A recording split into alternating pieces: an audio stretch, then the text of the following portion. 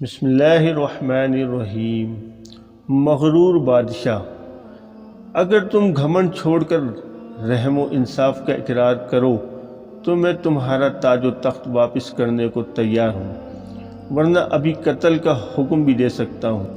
Italy کا ایک بادشاہ حکومت اور دولت کے گھمنڈ میں غریبوں سے بات تک کرنا بھی برا سمجھتا تھا، اس لیے اکثر لوگ اسے ناپسند کرتے تھے۔ ایک روز بادشاہ شکار کرنے گیا، کسی جانور کا پیچھا کر رہا تھا، اس کے گھوڑا بے قابو ہو کر دور نکل گیا۔ تمام نوکر سپاہی وزیر سب بچھڑ گئے اور بادشاہ تنہا رہ گیا۔ اتنے میں ایک کسان نے بادشاہ کی گھوڑے کی رکاب پکڑی، اس کی شکل ہو بہو بادشاہ سے ملتی تھی، فرق یہ تھا کہ اس کی پوشاک اور حالت غریبوں جیسی تھی۔ اس نے بادشاہ سے کہا کہ میں 3 دن سے حضور کی ڈیوٹی پر بھوکا پیاسا چلا آ رہا ہوں، مگر کوئی میری فریاد نہیں سنتا۔ بادشاہ غریب کو میلے کچیلے کپڑوں میں دیکھ کر یہ کہتے ہوئے آگے بڑھ گیا کہ میں ایسے لوگوں سے بات نہیں کرتا۔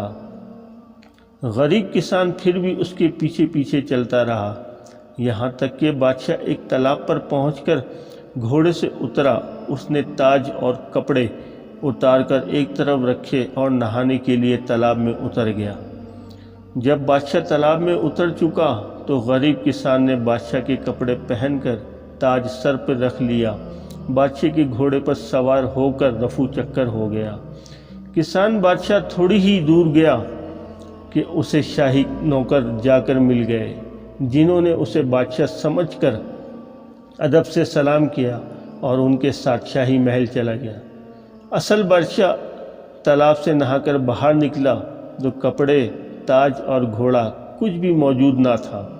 وہ بہت گھبرایا، مگر اب کیا ہو سکتا تھا؟ ناچار غریب کسان کے میلے کپڑے پہن کر کئی دن تک فاقے کرنے اور بھٹکنے کے بعد شہر پہنچا، مگر اب اس کی یہ حالت تھی کہ جس سے بات کرتا کوئی منہ نہ لگاتا، اور جب یہ کہتا کہ میں تمہارا بادشاہ ہوں تو لوگ اسے پاگل سمجھ کر ہنس دیتے۔ 2-3 ہفتے اسی طرح گزر گئے۔ جب اس پاگل کا قصہ بادشاہ کی ماں نے سنا تو اسے بلوا کر اس کے سینے پر تل کا نشان دیکھا، پھر جس سے اس کی سچائی کی تصدیق ہو گئی۔ کسان نے اصلی بادشاہ کی یہ حالت دیکھ کر کہا، کیا تم وہی شخص ہو جو دولت اور حکومت کے گھمنڈ میں غریبوں کی فریاد نہیں سنتے تھے؟ کی سزا دینے کے لیے میں نے یہ سب کیا۔ اگر تم گھمنڈ چھوڑ کر رحم و انصاف اقرار کرو تو میں تمہارا تاج و تخت واپس کرنے کو تیار ہوں، ورنہ ابھی قتل کا حکم بھی دے سکتا ہوں۔